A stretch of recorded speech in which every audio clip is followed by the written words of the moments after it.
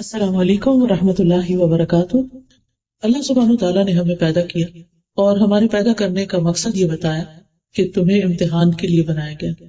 الذی خلق الموت والحیاۃ لیبلوکم ایکم احسن عملا، وہ جس نے موت اور زندگی کو بنایا تاکہ تمہیں آزما کر دیکھے، تمہارا امتحان لے کہ تم میں سے اچھے عمل کون کرتا ہے۔ صرف اچھے نہیں، بہت اچھے، احسن، وہو العزیز الغفور، اور وہ زبردست بھی ہے، بخشنے والا بھی ہے۔ تو یہ زندگی چونکہ ایک عارضی زندگی ہے، اللہ سبحانہ تعالیٰ نے ہمیں پیدا کیا اور ہماری روحوں کو اس وقت تک انتظار میں رکھا جب تک ہم اس دنیا میں آئے نہیں۔ وہ ایک عالم تھا جس کی ہمیں کچھ خبر نہیں، کیونکہ اس وقت ہماری صرف روح تھی۔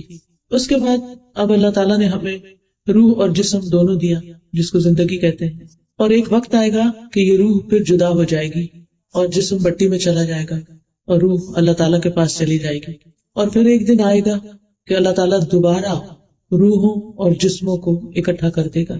اس دن سب انسان اللہ رب العزت کے سامنے کھڑے ہوں گے۔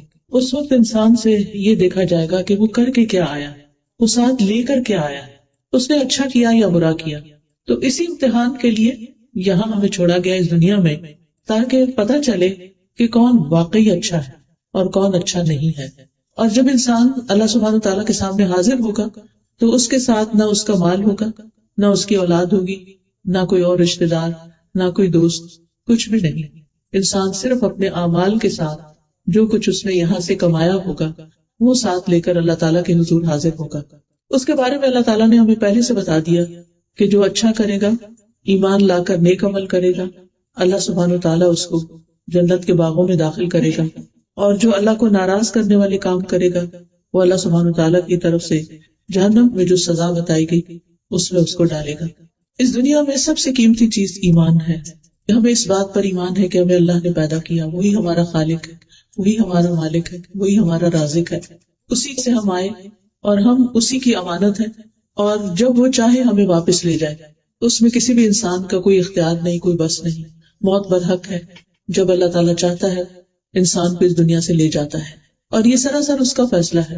ہم صبح شام جو کلمہ پڑھتے ہیں، لا الہ الا اللہ وحدہ لا شریک لہ لہ الملک ولہ الحمد یحیی ویمیت وہو حی لا یموت بیدہ الخیر وہو علی کل شیء قدیر، کہ لا الہ الا اللہ، اللہ کے سوا کوئی معبود نہیں، کوئی عبادت کے لائق نہیں، وحدہ لا شریک لہ، وہ اکیلا ہے، اس کا کوئی شریک نہیں، کوئی پارٹنر نہیں اس کا۔ یحیی و یمیت، وہی زندگی دیتا ہے، وہی موت دیتا ہے۔ کب کس کو پیدا ہونا ہے یہ اس کا فیصلہ ہے، انسان ڈیسائیڈ نہیں کر سکتا، اور کب کس کو دنیا سے جانا ہے یہ بھی اس کا فیصلہ ہے۔ ویمیت، موت بھی وہی دیتا ہے۔ بیدہ الخیر، ساری خیر صرف اس کے ہاتھ میں ہے۔ وہو علی کل شیء قدیر، اور وہ ہر چیز پر پوری قدرت رکھتا ہے، وہ سب کچھ کر سکتا ہے، اس کے لیے کوئی بھی چیز مشکل نہیں۔ اب زندگی اور موت کا وقت چونکہ اللہ نے لکھا ہے، انسان کے اختیار میں نہیں، اس لیے انسان کو اللہ تعالیٰ کے فیصلے پر راضی ہونے کے سوا کچھ بھی نہیں، کہ ہمارے پاس جو کچھ بھی ہے وہ اسی کا دیا ہوا ہے۔ غالب نے کہا تھا کہ جان دی ہوئی اسی کی تھی، حق تو یہ کہ حق ادا نہ ہوا، کہ یہ جان اللہ نے دی ہے اور اسی نے لی ہے۔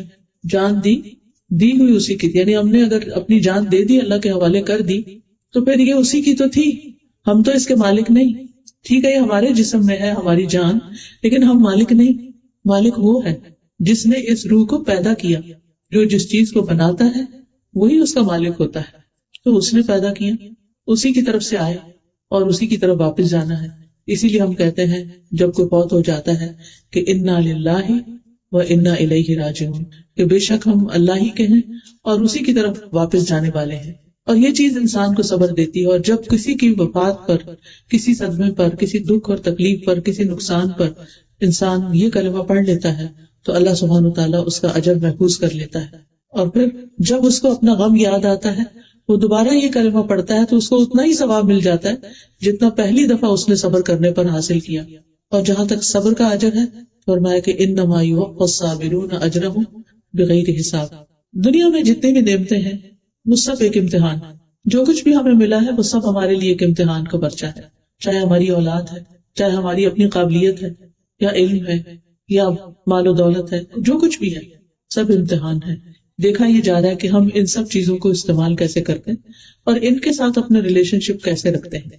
اللہ سبحانہ وتعالیٰ نے قرآن مجید میں یہ بھی فرمایا سورۃ البقرہ کی آیت نمبر 155 سے 7 تک، وَلَنَبْلُوَنَّكُمْ بِشَيْءٍ مِّنَ الْخَوْفِ وَالْجُوعِ وَنَقْصٍ مِّنَ الْأَمْوَالِ وَالْأَنفُسِ وَالثَّمَرَاتِ وَبَشِّرِ الصَّابِرِينَ الَّذِينَ إِذَا أَصَابَتْهُمْ مُصِيبَةٌ قَالُوا إِنَّا لِلَّهِ وَإِنَّا إِلَيْهِ رَاجِعُونَ أُولَٰئِكَ عَلَيْهِمْ صَلَوَاتٌ مِّن رَّبِّهِمْ وَرَحْمَةٌ وَأُولَٰئِكَ هُمُ الْمُهْتَدُونَ۔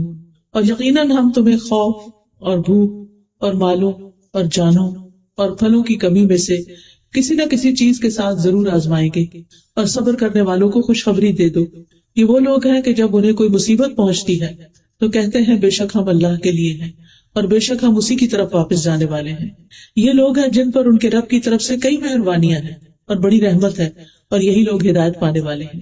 تو اس سے یہ پتہ چلتا ہے کہ اللہ تعالیٰ نے پہلے سے ہی بتا دیا کہ میں آزمائش ضرور کروں گا، اور ہر شخص کسی نہ کسی شکل میں کسی نہ کسی چیز کی آزمائش میں مبتلا ہے۔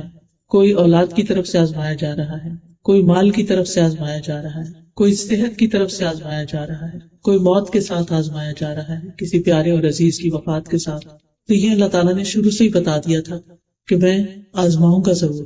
اور ایسی آزمائش کس لیے؟ تاکہ یہ دیکھا جائے کہ کون صبر کرتا ہے اور کون صبر نہیں کرتا۔ وَبَشِّرِ الصَّابِرِينَ، کون ہے صابر؟ الذین اذا اصابتہم مصیبت، کہ جب انہیں کوئی مصیبت پہنچتی ہے، مصیبت نکرہ ہے اسم، اور یہ عموم کے لیے آتا ہے، یعنی عام، یعنی کسی بھی قسم کی مصیبت، تو اس وقت وہ کیا کہتے ہیں؟ انا للہ و انا الیہ راجعون، بے شک ہم بھی اللہ کے ہیں اور اللہ کے پاس واپس جانا ہے۔ یعنی اگر کوئی چیز ہمارے ہاتھ سے چلی گئی ہے، ہمارے ہاتھ سے نکل گئی ہے، تو ہمیں بھی جانا ہے۔ دنیا کی کوئی بھی چیز پرماننٹ نہیں، یہاں کسی بھی چیز کو ہمیشہ نہیں رہنا، نہ کسی انسان کو، نہ کسی درخت کو۔ کل من علیہا فان ویبقی وجہ ربک ذو الجلال والاکرام، ہر چیز فنا ہونے والی ہے اور باقی رہنے والا تو صرف تیرے رب ذو الجلال کا چہرہ ہی ہے۔ یعنی اللہ کے سوا باقی ہر چیز فنا ہونے والی، وہی خالق ہے۔ جب کچھ نہ تھا تو وہ تھا، اور جب کچھ نہ رہے گا تو وہ باقی رہے گا۔ اس لیے اس بات کی ہمیشہ سے توقع رکھنی چاہیے، اور اس بات کے لیے پریپیئرڈ ہونا چاہیے، اور ہمیشہ تیار رہنا چاہیے کہ ہمارے پاس جو کچھ بھی ہے یہ سب کچھ ہی جانے والا ہے۔ لہٰذا ان چیزوں کے ساتھ اتنا دل نہ لگایا جائے کہ ان کی جدائی مشکل ہو جائے۔ قدرتی بات ہے، اللہ نے ہمارے دل میں رشتوں کی محبت ڈالی ہے، بہن بھائیوں کی محبت ڈال دی ہے، بچوں کی محبت ڈالی ہے، انسانوں کی محبت ڈالی ہے، لیکن اس کا مطلب یہ نہیں کہ ہم ان سے اتنا دل لگا دیں کہ اپنے رب کو بھول جائیں۔ جب انسان کسی بھی چیز سے اپنے رب سے زیادہ محبت کرتا ہے تو اللہ تعالیٰ اسی چیز سے آزما لیتا ہے، کیونکہ اللہ تعالیٰ کو اس بات پہ غیرت آتی ہے کہ جس نے سب کچھ دیا ہے اس کو چھوڑ کر انسان کسی اور کی محبت میں مبتلا ہو جائے۔ تو جو لوگ اللہ کی رضا پہ راضی ہو جاتے ہیں، اللہ تعالیٰ ان سے راضی ہو جاتا ہے، ان پر رب کی بڑی مہربانیاں آتی ہیں اور رحمتیں، اور ایسے لوگوں کو پھر راہ مل جاتی ہے۔ پھر آپ دیکھیے کہ اللہ سبحانہ وتعالیٰ یہ بھی فرماتے ہیں سورۃ التغابن میں، ما اصاب من مصیبت الا باذن اللہ ومن یؤمن باللہ یہد قلبہ واللہ بکل شیء علیم۔ جو مصیبت بھی آتی ہے وہ اللہ کے اذن سے آتی، خود سے نہیں آتی۔ خود سے کوئی آپ کا بال بھی بیکا نہیں کر سکتا، اللہ کا اذن ہوتا ہے آپ کی آزمائش کے لیے، تو وہ تکلیف آ جاتی ہے۔ اور جو شخص اللہ پر اعتماد کرتا ہے کہ میرے رب نے میرا برا نہیں چاہا، کیونکہ بعض چیزیں ایسی ہوتی ہیں جو دیکھنے میں بہت تکلیف دہ ہوتی ہیں لیکن انہی میں خیر ہوتی ہے۔ اللہ تعالیٰ قرآن مجید میں فرماتے ہیں عسیٰ ان تکرہوا شیئا ویجعل اللہ فیہ خیرا کثیرا، ہو سکتا ہے کہ ایک چیز کو تم ناپسند کرو اور اللہ سبحانہ وتعالیٰ اسی میں خیر کثیر ڈال دے۔ بہت دفعہ زندگی میں ایسا ہوتا ہے کہ ایک چیز بہت ناگوار تھی لیکن وہ جب زندگی میں ہو گئی تو بعد میں اس کے بینیفٹس نظر آنے لگے کہ یہ ہونی ہی چاہیے تھی، لیکن جب تکلیف آتی ہے تو اس وقت انسان کا ذہن کام نہیں کرتا اور وہ اتنی بڑی سوچ نہیں سکتا۔ اس لیے یہاں پر فرمایا وَمَن یُؤْمِن بِاللَّهِ، جو اللہ پہ اعتماد کرتا ہے کہ میرے رب نے میرا برا نہیں چاہا، میرے رب نے میرے ساتھ برا نہیں کیا۔ ایسا انسان یہ نہیں کہتا کہ وائی می، میرے ساتھ کیوں ہو گیا اور ایسا نہیں ہونا چاہیے۔ نہیں، ہماری عقل چھوٹی ہے، ہم نہیں سمجھ سکتے کہ کوئی چیز کیوں ہو گئی۔ اللہ بڑا ہے اور وہ الحکیم ہے، العلیم ہے، الخبیر ہے، علم والا ہے، حکمت والا ہے، ہر چیز کو خوب جاننے والا ہے، اللطیف ہے، لطف و کرم فرمانے والا ہے، الرحیم ہے، الرحمان ہے۔ تو جو رب اتنا مہربان ہے وہ کسی کا بھی برا نہیں چاہتا، لیکن جب کوئی ایسی چیز آتی ہے جو ہمیں بری لگتی ہے تو ہمیں پھر بھی اللہ پہ اعتماد کرنا چاہیے۔ جیسے آپ دیکھیں کہ جن لوگوں کے اوپر آپ کا حسن ظن ہوتا ہے نا، اچھا گمان ہوتا ہے، تو ان کی طرف سے اگر کوئی شکایت بھی ہو تو آپ اس کو 10 عذر دیتے ہیں نہیں اس کی یہ وجہ ہوگی، اس کی وہ وجہ ہوگی، اس لیے میرے ساتھ اس نے ایسی بات کہی، اس کا دل میرے لیے بہت اچھا، میں اس پہ ٹرسٹ کرتی ہوں. لیکن جس ریلیشن شپ پہ ٹرسٹ نہیں ہوتا وہاں سیدھی بات بھی الٹ لگتی. جب ہمارا اللہ پہ ٹرسٹ ہوگا، اللہ پہ توکل ہوگا، اللہ پہ بھروسہ ہوگا، تو اللہ کے کسی فیصلے پر ہم ناراض نہیں ہوں گے. ہم کہیں گے میرے حق میں یہی بہتر تھا. اب جیسے دنیا سے کوئی چلا جاتا ہے، کوئی عزیز کوئی پیارا، تو بعض اوقات ہمیں سمجھ نہیں آتی کہ اتنی ینگ ایج میں کوئی چلا گیا کیوں گیا. لیکن جب انسان اللہ پہ ٹرسٹ کرتا ہے تو سوچتا ہے کہ نہیں یہ اس کے لیے شاید بہتر تھا. ہم نہیں سمجھتے اس کی حکمت، لیکن اللہ تو جانتا ہے. اس لیے امانت اسی کی تھی، اس نے واپس لے لی، میں اللہ کی رضا پہ راضی ہوں.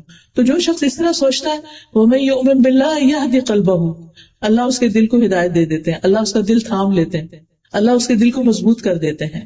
وَاللَّهُ بِكُلِّ شَيْءٍ عَلِيمٌ، اور اللہ تعالیٰ ہر چیز کو خوب جاننے والا ہے.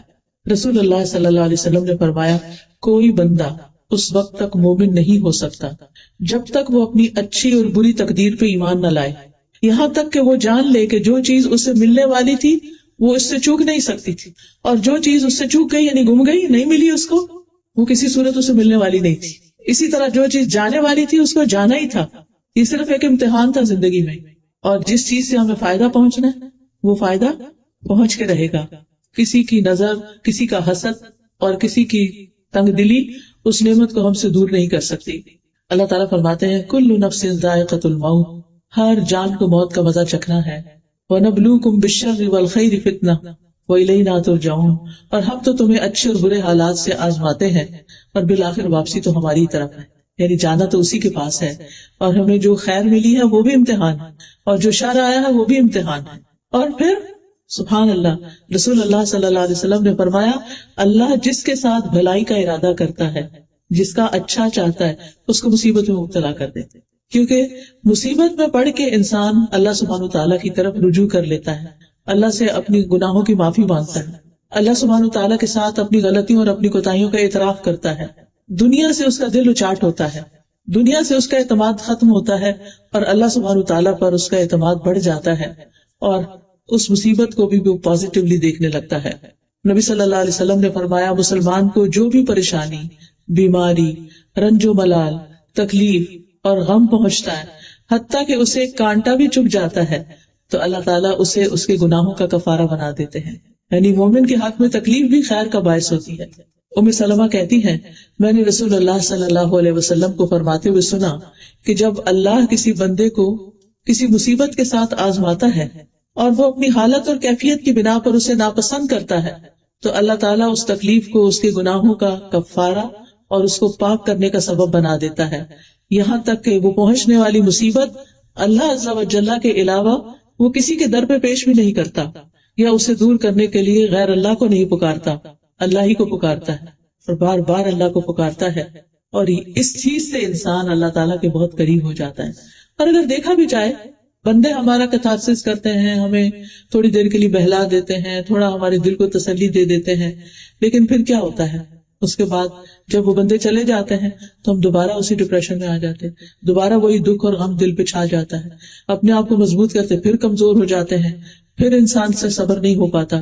لیکن جب انسان اللہ کی طرف رجوع کرتا ہے اور اپنی تنہائیوں میں اللہ کو پکارتا ہے اور اللہ تعالیٰ کو یاد کرتا ہے اور اس سے دعا مانگتا ہے، تو صحیح معنوں میں اللہ کی طرف سے انسان کے دل کو ڈھارس ملتی.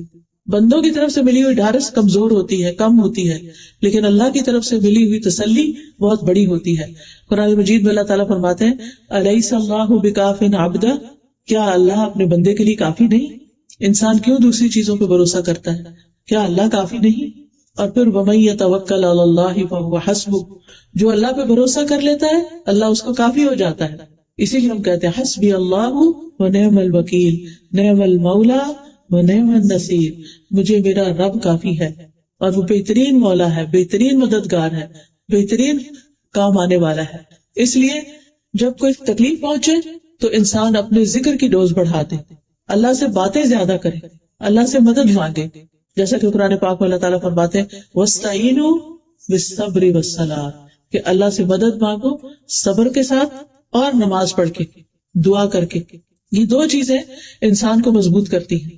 نبی صلی اللہ علیہ وسلم پر جب کوئی تکلیف آتی تھی تو آپ فوراً نماز کی طرف جاتے تھے اور میرے والد بتاتے ہیں کہ جب ان کی والدہ یعنی میری دادی جو تھی، ہمارے والد کے 4-5 بہن بھائی تھے جو پیدا ہونے کے کوئی 5 سال بعد، کوئی 10 سال بعد ایسے فوت ہوتے کہ ایک کے بعد ایک، ایک کے بعد ایک، یعنی سوائے میرے والد اور چچا کے کوئی نہیں بچا، یا پھوپھی ایک، سب فوت ہو گئے.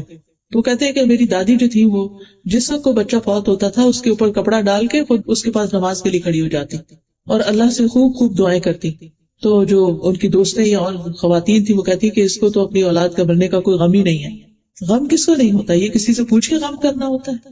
یعنی خاص طور پر ماں کا تو جسم جڑا ہوتا ہے بچے کے ساتھ. آپ کو پتا نہیں کہ جب بچہ پیدا ہوتا ہے تو وہ اس کی ایک نالی کاٹتے ہیں اس کو الگ کرنے کے لیے، کیونکہ وہ اسی سے خوراک لے رہا ہوتا ہے. وہ پورے کا پورا اس کا جسم ماں کے پیٹ کے اندر بنا ہوتا ہے، وہ اس کے جسم کا ٹکڑا ہوتا ہے، اس کے جگر کا ٹکڑا جس کو کہتے ہیں. تو یہ کیسے ہو سکتا ہے کہ کسی بچے کی وفات پر ماں کا دل نہ دکھے؟ لیکن وہ ماں اگر اپنے غم اور دکھ کی فریاد صرف اللہ سبحانہ تعالیٰ سے کرتی ہے تو عام طور پر لوگ اس غلط فہمی میں پڑ جاتے ہیں کہ شاید اس کو غم ہی نہیں. حضرت یعقوب علیہ السلام سے جب یوسف علیہ السلام سال ہر سال کے لیے بچھڑ گئے، کوئی چھوٹی آزمائش تھی؟ بہت بڑی آزمائش تھی. تو وہ اپنے بچوں کے سامنے بھی ذکر نہیں کرتے تھے، وہ تنہائی میں اللہ سے فریادیں کرتے تھے اور فرماتے انما اشکو بثی وحزنی الی اللہ واللہ بصیر بالعباد. میں اپنے غم اور دکھ کی فریاد اللہ سے کرتا ہوں، اللہ بندوں کے حال کو دیکھنے والا ہے، اللہ میرا حال بھی دیکھتا ہے. اللہم انک تسمع کلامی وتری مکانی. اللہ میری باتیں تو سن رہا ہے اور میری حالت کو تو دیکھ رہا ہے. لہٰذا سب سے زیادہ اسٹرانگ چیز انسان کو تھامنے والی اللہ سبحانہ تعالیٰ سے مضبوط تعلق ہے، اور ہر آنے والی تکلیف انسان کا تعلق مضبوط کرتی ہے پہلے سے بھی زیادہ. اور پھر یہ اللہ سبحانہ تعالیٰ کے قرب کی نشانی ہوتی ہے. جس کو اللہ تعالیٰ اپنے قریب کرنا چاہتا ہے، جس کو اللہ تعالیٰ اپنا بنانا چاہتا ہے، اس کا دل دوسروں سے ہٹا دیتا ہے اور پھر اس کے اندر صبر بھر جاتا ہے. ابن تیمیہ کہتے ہیں کہ اللہ تعالیٰ نے اپنی کتاب میں 90 سے زیادہ مقامات پر صبر کا ذکر کیا. تقویٰ کا ذکر 145 دفعہ آیا ہے، لیکن صبر کا ذکر 90 دفعہ ہے. یعنی پورے قرآن میں 90 بار صبر کی تلقین ہے. اور اجر کتنا بڑا بتایا ہے. نبی صلی اللہ علیہ وسلم کو براہ راست بھی تلقین کی گئی وَاصْبِرْ وَمَا صَبْرُكَ إِلَّا بِاللَّهِ وَاصْبِرْ لِحُكْمِ رَبِّكَ. تو انسان کے لیے تکلیف کے موقع پر صبر درجات کی بلندی کا سبب بن جاتا ہے. اور اللہ تعالیٰ نے ایسے لوگوں کی تعریف کی ہے وَالصَّابِرِينَ فِي الْبَأْسَاءِ وَالضَّرَّاءِ وَحِينَ الْبَأْسِ أُولَٰئِكَ الَّذِينَ صَدَقُوا وَأُولَٰئِكَ هُمُ الْمُتَّقُونَ. خصوصاً وہ لوگ جو تنگ دستی، تکلیف اور لڑائی کے وقت صبر کرنے والے ہیں، یہی لوگ ہیں جنہوں نے سچ کہا اور یہی متقی لوگ ہیں. تقوی والے یہی ہیں کہ جو تکلیف کے وقت صبر کر جاتے ہیں. پھر اسی طرح انسان کو زندہ انسانوں سے بھی تکلیفیں پہنچتی ہیں. اس کے بارے میں سورۃ الفرقان میں آتا ہے وَجَعَلْنَا بَعْضَكُمْ لِبَعْضٍ فِتْنَةً أَتَصْبِرُونَ وَكَانَ رَبُّكَ بَصِيرًا. اور ہم نے تم میں سے بعض کو بعض کے لیے آزمائش بنایا. بعض اوقات اپنا ہی کو بچہ آزمائش بن جاتا ہے، اور بعض اوقات شوہر کی طرف سے آزمائش ہو جاتی ہے کہ اس کا رویہ اور سلوک ٹھیک نہیں ہوتا.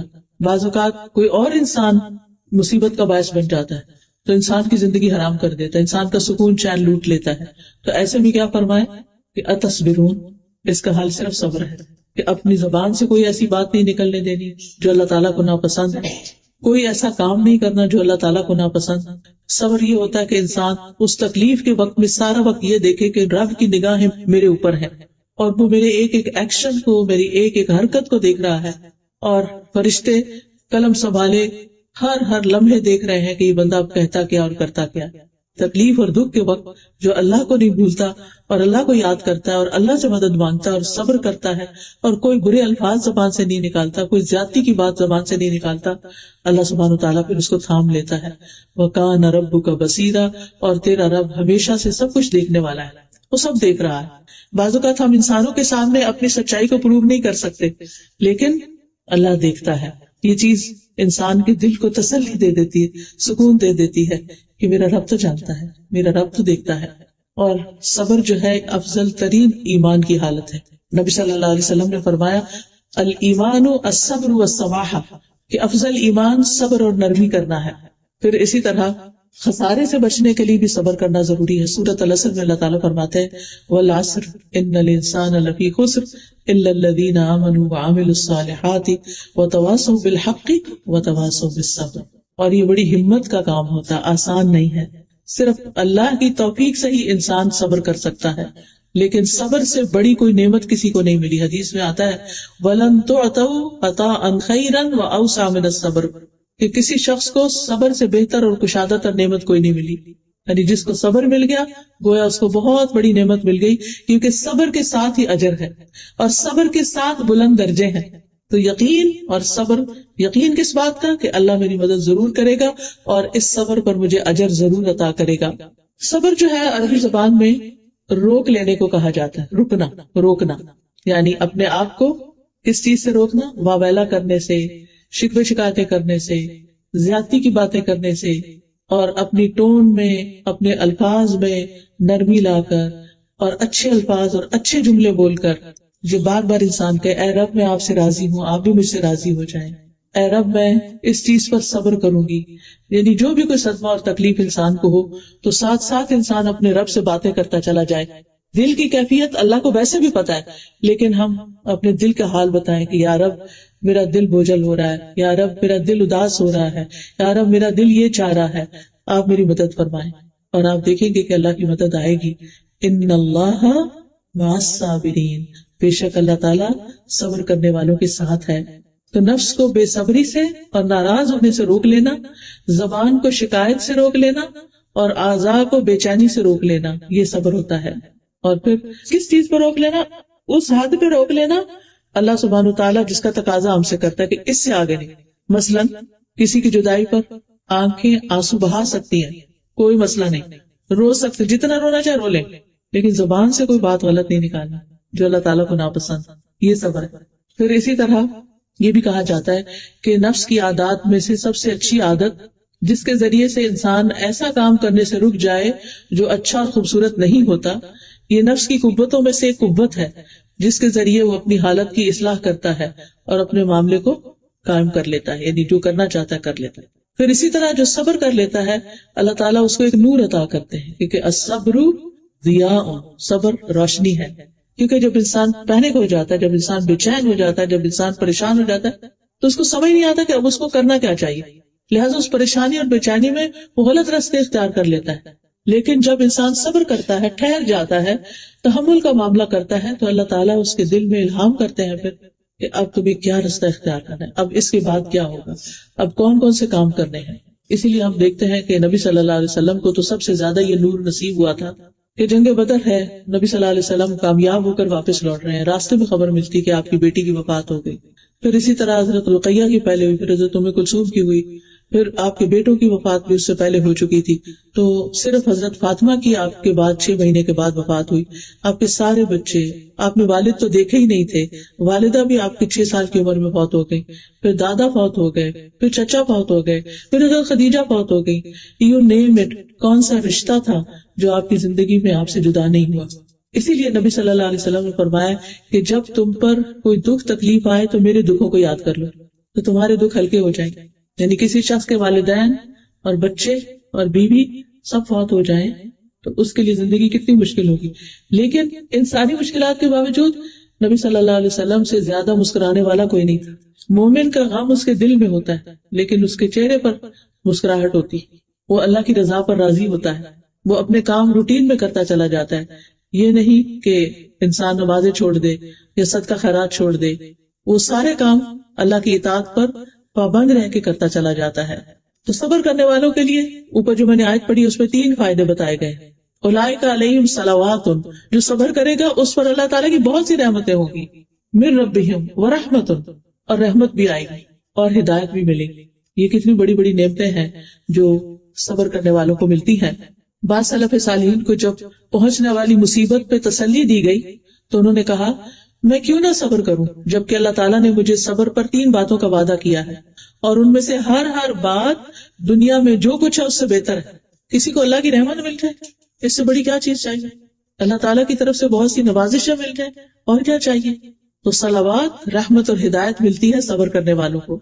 اور پھر ایک اور آیت میں مغفرت اور اجر عظیم ملتا ہے، سورۃ الاحزاب کی آیت 35 میں کہ ان المسلمین والمسلمات والمؤمنین والمؤمنات، آگے کرتے کرتے والصابرین والصابرات، اور پھر اعد اللہ لہم مغفرۃ واجرا عظیما، ایسے لوگوں کے لیے اللہ نے بخشش اور اجر عظیم رکھا ہے، بہت بڑا اجر رکھا ہے. ایسے لوگوں کا اجر اللہ کے ذمہ ہے. اور پھر وعدہ بھی ہے وَاصْبِرْ فَإِنَّ اللَّهَ لَا يُضِيعُ اجر المحسنین، صبر کیجئے، بے شک اللہ محسنوں کا اجر ضائع نہیں کرتا. بعض اوقات کوئی آپ پر زیادتی کر جاتا ہے، آپ کا حق لے کے چلا جاتا ہے، لیکن جب آپ صبر کرتے ہیں تو اس سے زیادہ سب کچھ کما لیتے ہیں جو آپ کے ہاتھ سے جا چکا ہوتا ہے. اور جتنی بڑی آزمائش ہوتی ہے اتنا بڑا اجر ہوتا ہے، جتنی پیاری چیز آپ نے کھوئی ہوتی ہے اتنا ہی بڑا اجر ہوتا ہے. نبی صلی اللہ علیہ وسلم نے فرمایا زیادہ ثواب بڑی آزمائش کے ساتھ ہے. اس کا مطلب نہیں کہ ہم بڑی آزمائش مانگیں، آزمائش مانگنی نہیں چاہیے، لیکن اگر آ جائے تو صبر کر کے بلند ترین درجات کمانے چاہیے. نبی صلی اللہ علیہ وسلم نے فرمایا وہ مومن جو لوگوں سے ملتا جلتا ہے اور ان کی طرف سے آنے والی تکالیف پر صبر کرتا ہے، وہ اس مومن سے اجر و ثواب میں کہیں بہتر ہے جو لوگوں سے میل جول نہیں رکھتا اور نہ ان کی تکلیفوں پہ صبر کرتا ہے. کیونکہ جب آپ لوگوں سے ملیں گے تو ان کی کوئی نہ کوئی بات آپ کو تکلیف دے گی. پھر انسان بعض کو سوچتا ہے کہ بس کسی سے نہیں ملنا، میں آئسولیشن میں ٹھیک، مگر اس سے بھی تو انسان کو گھبراہٹ ہوتی ہے کیونکہ انسان اس طرح پیدا نہیں کیا گیا، یہ اس کی فطرت کے خلاف ہے. لیکن جب آپ لوگوں سے ملتے ہیں تو کوئی آپ کو الٹے سیدھے مشورے دیتا ہے، کوئی ایسی باتیں آپ پر کرتا ہے کہ آپ کو سمجھ نہیں آتی کہ یہ کہاں سے بات انہوں نے نکال لی.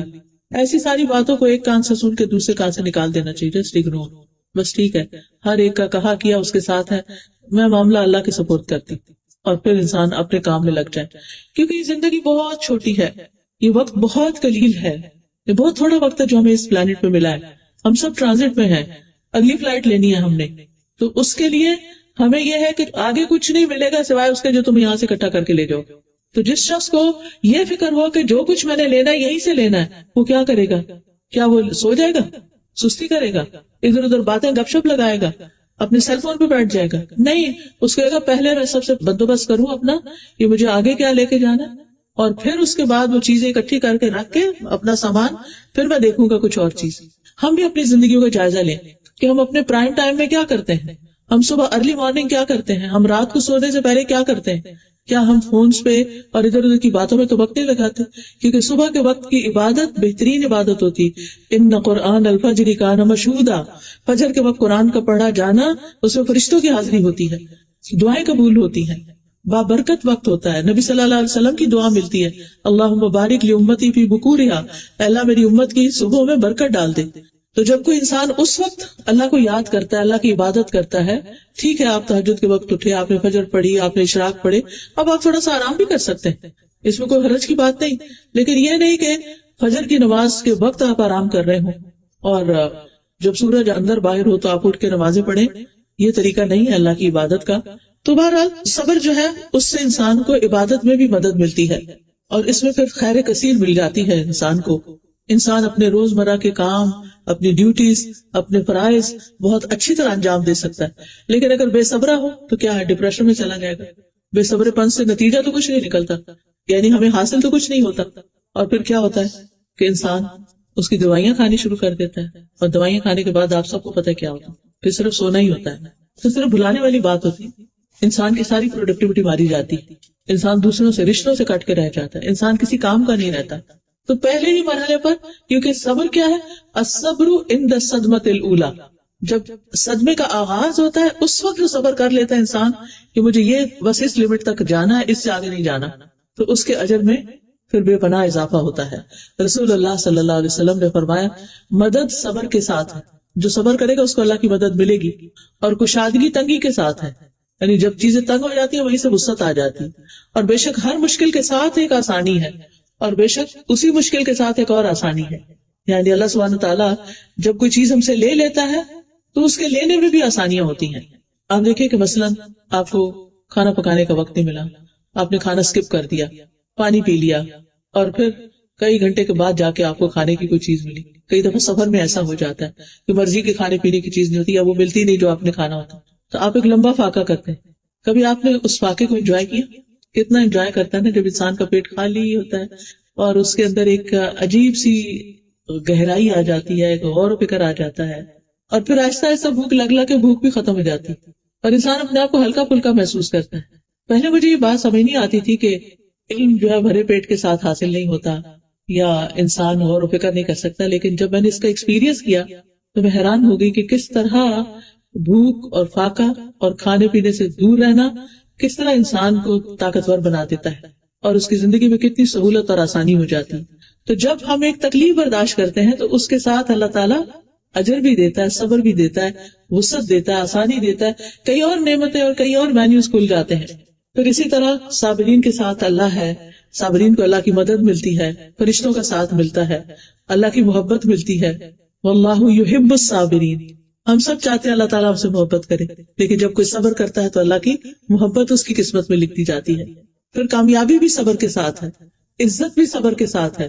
نبی صلی اللہ علیہ وسلم نے فرمایا جس بندے پر کوئی ظلم کیا گیا اور اس نے اس پر صبر کر لیا تو اللہ تعالیٰ اس کی عزت بڑھا دے گا، کیونکہ ہوچے لوگ اور بے صبرے لوگ اور جلد باز لوگ کسی کو پسند نہیں آتے. بنی اسرائیل کے بارے میں اللہ تعالیٰ فرماتے ہیں کہ ہم نے ان میں سے کئی لیڈرز بنائے جو ہمارے حکم سے ہدایت دیتے تھے جب انہوں نے صبر کیا. یعنی ان کو لیڈرشپ کا رول تب ملا جب انہوں نے صبر کیا. اور یہ ایک حقیقت ہے کہ کوئی شخص کسی قوم کا رہنما یا لیڈر ہو نہیں سکتا جس کے اندر صبر کی صفت نہ ہو. پھر اسی طرح قرآن کے وعدے کے مطابق دشمن کی چالوں سے تحفظ ملتا ہے، غور و فکر کی توفیق ملتی ہے، دنیا اور آخرت کی نعمتوں سے انسان مالا مال ہو جاتا ہے، دنیا اور آخرت میں بہترین ٹھکانہ ملتا ہے اور بے حساب اجر دیا جاتا ہے. اور ایک روایت میں آتا ہے کہ صبر کا بدلہ جنت ہے. وَجَزَاهُمْ بِمَا صَبَرُوا جَنَّةً وَحَرِيرًا. انہیں ان کے صبر کرنے کے عوض جنت اور ریشم کا بدلہ ملے گا. اب اس سلسلے میں یہ یاد رکھنا چاہیے کہ سب سے پہلے انسان صبر صرف اللہ کی خاطر کرے. یہ نہ کہے کہ ہائی لوگ کیا کہیں گے اگر میں نے یہ کر دیا. لوگوں کی خاطر نہیں، صرف اللہ کی خاطر. وَاصْبِرْ وَمَا صَبْرُكَ إِلَّا بِاللَّهِ. اور صبر کیجیے، اور صبر کرنا آپ کا اللہ کی توفیق ہی کے ساتھ ہے. دوسرا یہ کہ صدمے کی پہلی چوٹ پر پہلی دفعہ جب کوئی چیز تکلیف دے سنے یا دیکھے تو فوراً صبر کر لیں. اِنَّا لِلَّهِ پڑھ کر صبر. پھر صبر کوشش سے آتا ہے. حدیث میں آتا ہے وَمَن يَتَصَبَّرْ يُصَبِّرْهُ اللَّهُ. جو صبر کرتا ہے، کرنے کی کوشش کرتا ہے، اللہ تعالیٰ اس کو صبر عطا کر دیتے ہیں. اور پھر یہ کہ ہر حال میں اللہ کی تعریف کرنی چاہیے، یہ بھی صبر کا ایک پہلو ہوتا ہے. رسول اللہ صلی اللہ علیہ وسلم نے فرمایا مومن کے متعلق اللہ عز و جل کی تقدیر اور فیصلے پر مجھے تعجب ہوتا ہے کہ اگر اسے کوئی بھلائی حاصل ہوتی ہے تو اپنے رب کی حمد بیان کرتا ہے اور شکر ادا کرتا ہے، اور اگر اسے کوئی مصیبت آتی ہے تو اس پر بھی الحمدللہ کہتا ہے اور صبر کرتا ہے. کیوں؟ وہ کہتا ہے کہ اس سے بڑی مصیبت نہیں آئی. یعنی اس وقت وہ کیوں شکر کرتا ہے؟ یعنی مثال کے طور پر اللہ نہ کرے کسی کا بھی ایکسیڈنٹ ہوتا ہے تو پھر بھی کہتا ہے الحمدللہ. اب کوئی دیکھ کے کہے اچھا الحمدللہ اس کا شکر، ہاں اس سے زیادہ بھی ہو سکتا تھا، شکر اللہ نے جان رکھ لی. اور بہت سے لوگ یہ کہتے بھی ہیں کہ شکر اللہ نے جان رکھ لی، شکر اللہ نے بچا لیا. تو جو بندہ اس وقت اللہ سے راضی ہوتا ہے نا، اللہ اس سے راضی ہو جاتا ہے اور اللہ تعالیٰ اس کو اس کا بہترین نعم البدل بھی عطا کرتا ہے. اور پھر مومن جو ہے اس کو یہ یقین ہوتا ہے کہ یہ زندگی بہت چھوٹی ہے، اگر کوئی پیارا چلا گیا تو ہم بھی جانے والے وہاں جا کے مل لیں گے. اس وقت کو نیکیوں میں گزارنا چاہیے، اچھے کاموں میں گزارنا چاہیے تاکہ جب اللہ تعالیٰ سے ملاقات کرے تو اللہ تعالیٰ راضی ہو. اور پھر یہ کہ دل سے صبر اور دل سے شکر پریٹینڈ نہیں کرنا چاہیے. یعنی دل سے صبر کریں کہ اللہ کی خاطر صبر کر رہے ہیں، کسی کو دکھانے کے لیے نہیں کہ لوگ کہیں کتنی کمپوزڈ ہے، کتنی صابر ہے، لوگوں کی تعریفوں کے لیے نہیں. اور بندوں سے شکوہ نہیں، بس اللہ سے شکوہ. رسول اللہ صلی اللہ علیہ وسلم فرماتے ہیں کہ اللہ تعالیٰ نے فرمایا جب میں اپنے مومن بندے کو آزماتا ہوں اور وہ تیمارداری کرنے والوں کے سامنے میرا شکوہ نہیں کرتا تو میں اس کو اپنی قید سے آزاد کر دیتا، یعنی اس کی بیماری دور کر دیتا، اس کے پہلے گوشت کے عوض بہترین گوشت عطا کر دیتا، اس کے پہلے خون سے بہتر خون عطا کر دیتا، اور پھر وہ نئے سرے سے کام میں لگ جاتا ہے. یعنی کتنا بڑا اجر ہے کہ دنیا میں انسان کو، یعنی صرف وہ چند لمحے ہوتے ہیں کہ انسان اپنا منہ بند کر لے اور اللہ سے ناراض نہ ہو، زبان سے صرف رب کی رضا کے کلمات ہی ہوں. نبی صلی اللہ علیہ وسلم کے بیٹے ابراہیم فوت ہوئے تو آپ کے آنسو بہنے لگے. صحابہ حیران ہوئے، یا رسول اللہ آپ بھی رو رہے ہیں؟ تو آپ نے فرمایا آنکھیں روتی ہیں، دل غمگین ہوتا ہے، اور ہم بس وہی بات کہتے ہیں جس سے ہمارا رب راضی ہے. یعنی زبان کی حفاظت سب سے زیادہ. اے ابراہیم ہم تمہاری جدائی کے سبب غمگین ہیں. غم تو آپ کو بھی لاحق ہوا تھا، غم تو حضرت یعقوب کو بھی ہوا تھا، لیکن وہ ہمارے لیے بہترین نمونہ ہے کہ ایسے مواقع پر انہوں نے کوئی بد اخلاقی کا مظاہرہ نہیں کیا، کوئی اللہ سے ناراضگی کا مظاہرہ نہیں کیا، بلکہ اللہ سے راضی رہے اور خیر کے کلمات انسان بولے، جزا فضا نہ کرے اور چیخ پکار نہ کرے، گریبان نہ پیٹے، اللہ کو الزام نہ دے، اور پھر لوگوں کی باتوں پہ نہ جائے. کسی کے ستانے پر بھی انسان صبر ہی کرے، یا غلط الزام لگانے پر بعض لوگوں کی عادت ہوتی ہے کہ وہ بڑے بڑے جھوٹ بول کے آپ کو بلیم کر دیتے ہیں. پھر حالات کی تنگی پر، رزق کی کمی پر، پھر اسی طرح سادی خوراک، کیونکہ بیماروں کو سادہ کھانا پڑتا ہے، تو اس پر بھی انسان صبر کرے اور اس کے بدلے میں اللہ تعالیٰ آخرت میں بہت کچھ دے گا. پھر بیماری پر، پھر بیٹیوں کی پیدائش پر، کیونکہ اہل عرب کے ہاں تو خاص طور پر بیٹیاں باعث وبال ہوتی تھی. پھر بچوں کی وفات پر. اسامہ بن زید کہتے ہیں نبی صلی اللہ علیہ وسلم کی ایک صاحبزادی نے آپ کو پیغام بھیجا کہ میرا بیٹا فوت ہو رہا ہے، آپ ہمارے پاس تشریف لائیں. یعنی اس وقت وہ نزع کے عالم میں آپ آ جائیں. بیٹی ہے، باپ کو بلا رہی. آپ نے سلام کہتے ہوئے واپس پیغام بھیجا اور فرمایا ان للہ ما اخذ وله ما اعطى وكل عنده باجل مسمى فلتصبر ولتحتسب. سارا مال اللہ ہی کا ہے، یہ اللہ کا مال تھا، جو اللہ نے لے لیا وہ اسی کا تھا. کیا زبردست بات. اور جو اس نے عطا کیا ہوا ہے وہ بھی اسی کا ہے. اس کے ہاں ہر چیز کا وقت مقرر ہے، اس لیے اسے چاہیے کہ صبر کرے اور ثواب کی طلبگار رہے. یعنی گئے نہیں، اچھا سا پیغام بھیج دیا. اور پھر انسان جب نیکی کا کام کا ارادہ کرے اس وقت بھی صبر کرے، اور جس گناہ سے بچنا چاہے اس پر بھی صبر کرے، اور بدلہ لینے کے موقع پر بھی صبر سے کام لے. صبر کرنے والوں میں سب سے زیادہ بڑی مثال حضرت ایوب علیہ السلام کی. 18 سال بیمار رہے، اسکن ڈیزیز تھی. یعنی اگر تھوڑی سی بھی کوئی چیز ہو جائے نا تو بار بار اس کو کھجاتے ہیں، کرتے ہیں. لیکن وہ کہتے ہیں کہ شیطان ملعون کو نہیں پتا کہ میرے دل میں کتنا اطمینان ہے کہ پہلے میرے اللہ کی عبادت کرنے کے راستے میں بچے، مال، کام حائل ہو جاتے تھے، اب سب نے مجھے چھوڑ دیا ہے تو میرے اور اللہ کے بیچ میں کوئی نہیں. یہ ہے صبر کا اعلیٰ مقام. پھر اسماعیل علیہ السلام کہ جب اللہ تعالیٰ نے ابراہیم علیہ السلام کو خواب میں دکھایا کہ بیٹے کو ذبح کر دو، سبحان اللہ، کس طرح وہ جا کے تیار ہو گئے ذبح ہونے کے لیے، اور وہ بھی باپ کے ہاتھ میں.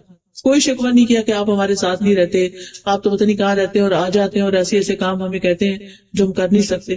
یہ ہوتا ہے صبر. پھر یوسف علیہ السلام بچپن میں جدا ہوئے، پھر بازار مصر میں بکے، پھر ایک عورت کے گھر گئے تو اس فتنے سے واسطہ پڑا، پھر جیل میں چلے گئے.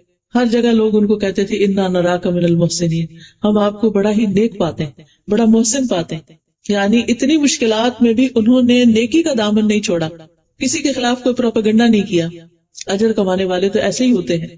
اور پھر حضرت آسیہ علیہ السلام، فرعون کی بیوی، جن کے اوپر اتنے تشدد ہوتے تھے لیکن انہوں نے اپنا ایمان نہیں چھوڑا اور کہا رب ابنی لی عندک بیتا فی الجنہ، اے میرے رب میرے لیے اپنے پاس جنت میں گھر بنا دے. تو اللہ تعالیٰ نے ان کو پھر اٹھا لیا. پھر نبی صلی اللہ علیہ وسلم کی مثال کہ طائف کے موقع پر کیا ہوا، اور اس کے علاوہ حضرت عائشہ کی مثال کہ جن پہ بہت بڑا الزام لگا تھا. تو ہونا یہ چاہیے کہ ہم اللہ تعالیٰ سے خیر کی امید رکھتے ہوئے اللہ سے تعلق مضبوط کریں اور دعا کرتے رہیں. تو آئیے ہم سب مل کے دعا کر لیتے ہیں. سبحان اللہ والحمد للہ ولا الہ الا اللہ واللہ اکبر ولا حول ولا قوة الا باللہ العلی العظیم. سبحان اللہ والحمد للہ ولا الہ الا اللہ واللہ اکبر ولا حول ولا قوة الا باللہ العلی العظیم. اللہم صل علی محمد وعلی آل محمد کما صلیت علی ابراہیم وعلی آل ابراہیم انک حمید مجید. اللہم بارک علی محمد وعلی آل محمد کما بارکت علی ابراہیم وعلی آل ابراہیم انک حمید مجید. ربنا آتنا فی الدنیا حسنۃ وفی الآخرۃ حسنۃ وقنا عذاب النار. ربنا افرغ علینا صبرا وتوفنا مسلمین. ربنا افرغ علینا صبرا وثبت اقدامنا فانصرنا علی القوم الکافرین. انا للہ وانا الیہ راجعون. یا حی یا قیوم برحمتک استغیث لا الہ الا انت سبحانک انی کنت من الظالمین. اللہ اللہ ربی لا اشرک به شیئا لا الہ الا اللہ العظیم الحلیم لا الہ الا اللہ رب العرش العظیم لا الہ الا اللہ رب السماوات ورب الارض ورب العرش الکریم. یا اللہ تیرے سوا کوئی معبود نہیں، تو بڑا عظیم ہے، تو بڑا ہی بردبار ہے. تیرے سوا کوئی معبود نہیں جو عرش عظیم کا مالک ہے. یا اللہ اس کے علاوہ کوئی معبود نہیں جو زمین و آسمان اور عرش کریم کا رب ہے. یا اللہ تو ہم سب کی مشکلات آسان فرما دے. اللہ ہم سب کے دکھ دور فرما دے. اللہ ہماری بہن کا دکھ دور فرما دے، ان کے دل کو صبر اور چین عطا فرما دے. اللہ جس سعیدہ بہن کے لیے تکلیف آسان کرنے کی دعا کرائی گئی ہے یا اللہ ان کے لیے آسانیاں فرما دے. یا رب العالمین ہمیں اپنی زندگیوں سے صحیح معنوں میں فائدہ اٹھانے کی توفیق دے. اللہ ہم سب کو دنیا کی تکلیفوں اور پریشانیوں سے بچا لے. یا اللہ ہمیں عافیت عطا فرما، اللہ تعالیٰ جب ہم تیرے پاس آئیں تو تو ہمیں بخش دے. یا اللہ ہمارے دکھوں اور غموں کا مداوع فرما. یا اللہ ہماری مصیبتوں میں اجر عظیم عطا فرما. یا رب العالمین جتنی بہنیں یہاں آئی ہیں ان کے دلوں میں جو دعائیں ہیں وہ قبول فرما. یا اللہ ہماری ان بہن کو صبر جمیل عطا فرما اور جانے والے کی بخشش فرما, اس کے درجات بلند فرما, اس کو اپنی رحمتوں میں ڈھانپ لے. یا اللہ ان کے عزیز و قارب کو ان کے پیچھے صدقہ جاریہ بنا دے. یا اللہ تو ہمیں علم حاصل کرنے والا بنا اور علم حاصل کر کے عمل کرنے والا بنا. یا اللہ تو ہمیں دنیا اور آخرت میں بہترین بھلائیاں عطا فرما. یا اللہ تمام بیماروں کو صحت عطا فرما. یا رب العالمین ہم سب کو خیر کے کاموں کی توفیق دے اور شر سے بچا لے. ربنا تقبل منا انک انت السمیع العلیم وتب علینا انک انت التواب الرحیم. وصلی اللہ تعالی علی خیر خلقہ محمد وعلی آلہ واصحابہ واہل بیتہ اجمعین برحمتک یا ارحم الراحمین. اب آپ میں سے کوئی کچھ کہنا چاہے تو موسٹ ویلکم. انسان جگہ بدل لے, پانی پی لے, اپنے آپ کو پریس کر لے, دم کر لے اپنے اوپر. ایک دعا جو میں بتانا چاہوں گی سب لوگ اگر اس کو یاد کر لیں, جس کو میں نے اپنے لیے بڑا ہی مفید پایا, وہ ہے اعوذ باللہ السمیع العلیم من الشیطان الرجیم من ہمزہ ونفخہ ونفثہ. یہ ایاک نستعین کتاب ہے, اس کے اندر یہ دعا موجود ہے. اور یہ جو بک سٹال ہم لائے ہیں اس میں یہ ایاک نستعین کتاب موجود ہے, اس میں رومن میں بھی لکھی ہوئی. ٹھیک ہے, یہ پڑھ کے آپ نے 3 دفعہ پڑھ کے اپنے دل پہ چتکارنا ہے. جس وقت دل میں گھبراہٹ ہو, جسم میں بے چینی ہو, آپ کو کچھ سمجھ نہ آ رہی ہو, تو اللہ تعالیٰ دل تھام لیتا ہے.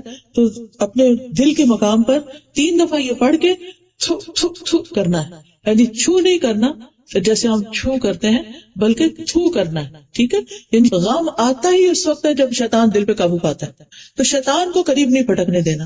تو 3 دفعہ جب بھی دل گھبرائے, اعوذ باللہ السمیع العلیم من الشیطان الرجیم من ہمزہ ونفخہ ونفثہ. دوسرا یہ ہے کہ انسان اس جگہ کو چینج کرے تاکہ اس کا ذہن بٹے.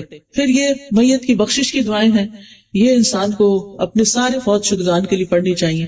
پھر ایصال ثواب جو ہے, یعنی کہ فوت ہونے والے کے بعد میں انسان کیا کیا نیکی کے کام کرے کہ جس سے اس کو اس کی روح کو ثواب ملتا رہے. پھر یہ ایول آئی کے بارے میں ہے.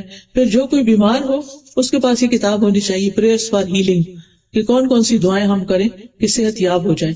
اور یہ حفاظت کی دعائیں ہیں, پروٹیکشن کی, انگلش ٹرانسلیشن کے ساتھ اور اردو کے ساتھ. تو اللہ تعالیٰ سے دعا ہے کہ اللہ تعالیٰ ہم سب پر اپنی رحمت نازل فرمائے. اب ایسے کوئی کچھ کہنا چاہے, کچھ پوچھنا چاہے تو موسٹ ویلکم. دیکھیے شیطان تو اسی وقت دور ہوتا ہے نا جب انسان وضو کرتا ہے, نماز پڑھتا ہے, قرآن پڑھتا ہے, تو پھر شیطان بھاگتا ہے اس بندے سے. تو ان کو پیار سے دین کی بات سمجھائیں کہ اللہ کا حق کیا ہے. جس نے ہمیں پیدا کیا اس کا حق سب سے بڑا ہے. ہم دنیا میں جتنے لوگوں کو مرضی خوش کر لیں, جتنے مرضی بڑے بڑے کام کر لیں, لیکن اگر اس کو راضی کر کے نہیں گئے تو کچھ بھی نہیں کمایا. تو اس کے لیے پھر یہ کہ نماز, روزہ اور ان چیزوں کی طرف لائیں گے. تو ان الصلاۃ تنہی عن الفحشاء, نماز جو برائیوں سے روکتی ہے, تو اس میں پھر کوتاہی نہ ہو. یہ نہ ہو کہ ہم بچوں کو تو کہتے رہے اور صبح فجر کے وقت خود سوتے رہے. جی پوچھنا تھا مجھے آپ سے کہ جیسے میں تھوڑا بیمار ہوں بہت, تو مجھ سے یہ ہو رہا ہے کہ میں جیسے فجر کے ٹائم میں اٹھ تو جاتی ہوں, اٹھ ہی رہتی ہوں, مگر مجھ سے اٹھا ہی نہیں جاتا ہے. مطلب بالکل ہی جیسے کولیپس ہو جاتی ہے باڈی. تو اگر بستر پہ پڑھ لیں نماز تو نہیں, اگر بالکل بھی اٹھا نہیں جاتا, یعنی کوئی آپ کے پاس ہے ہی نہیں جو اٹھائے آپ کو, پکڑ کے اٹھائے, ہاتھ پکڑ کے, تو اس صورت میں پھر ٹھیک ہے, جہاں بھی جس حال میں انسان پڑھ سکتا ہے. یہ نماز تو نہیں چھوڑ سکتے. اور وضو کا ہوتا ہے کہ وضو اگر آپ مینٹین نہ کر سکے, جیسے میرے 7-8 مہینے کیمو تھراپی ہوئی ہے, میں وضو ہی نہیں مینٹین کر پا رہا. ابھی کیا وضو, پھر وضو نہیں مینٹین کر پا رہی, تو اس کا کیا کروں؟ ہر نماز کے لیے تازہ وضو کرنا ہوتا ہے بس. ہاں جی, ہر نماز کے لیے, یعنی کہ ایک وضو سے ایک نماز ہو جائے گی. جی, اگر پانی سے تکلیف بڑھ جائے, آپ کی بیماری بڑھے, ہلاکت کا ڈر ہو, پھر جی آپ.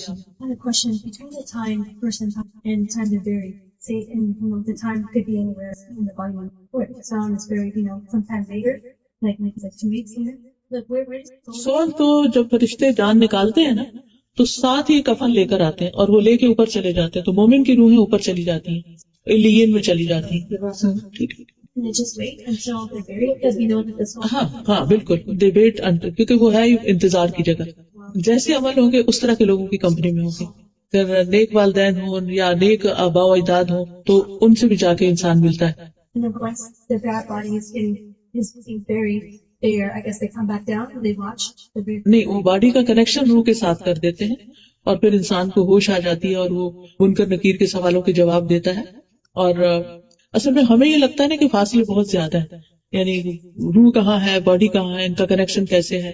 لیکن اب آپ دیکھیں کہ بہت سی چیزیں جیسے وائرلیس ہے، تو ایک چیز کہاں ہے، ایک انسان کہاں بیٹھا ہے اور دوسرا کہاں بیٹھا ہے، اور آپس میں سیل فون پہ بات کر رہے ہیں، بیچ میں تو کوئی کنیکشن نہیں، ویزیبل سین کنیکشن تو کوئی نہیں. تو اگر انسان ایسی چیزیں بنا سکتا ہے تو اللہ تعالیٰ اس سے بہتر بنا سکتا ہے. جب ہم دنیا میں نہیں آئے تھے تو جسم نہیں تھا، روح ڈومیننٹ تھی. دنیا میں جسم ڈومیننٹ ہے، ہم ہر چیز جسم سے کرتے ہیں. مرنے کے بعد پھر روح ڈومیننٹ ہو جائے گی، اور پھر دوبارہ جب اٹھیں گے یعنی کہ حساب کتاب کے لیے تو جسم اور روح دونوں کے ساتھ پھر ہوگا. جی اللہ تعالیٰ سے کمنٹ تو کیا برزخ میں گیا تھا، اور جو ہے وہاں پر اچھی اور بری سب کی سب روحیں قیامت تک کے لیے جس نے آنا ہے وہ سب کی سب تھی. اور برزخ نہیں تھا، وہ برزخ تو مرنے کے بعد ہوتا ہے. برزخ کا مطلب ہے انتظار کی جگہ اور پردہ، دنیا اور آخرت کے بیچ میں پردہ آ جاتا ہے. نہیں، برزخ میں سبھی برزخ میں ہوتے ہیں، لیکن برزخ کی 2 طرح کی قسمیں ہیں، اچھے لوگوں کے لیے ہیں اور جو برے ہیں ان کے سجین ہیں.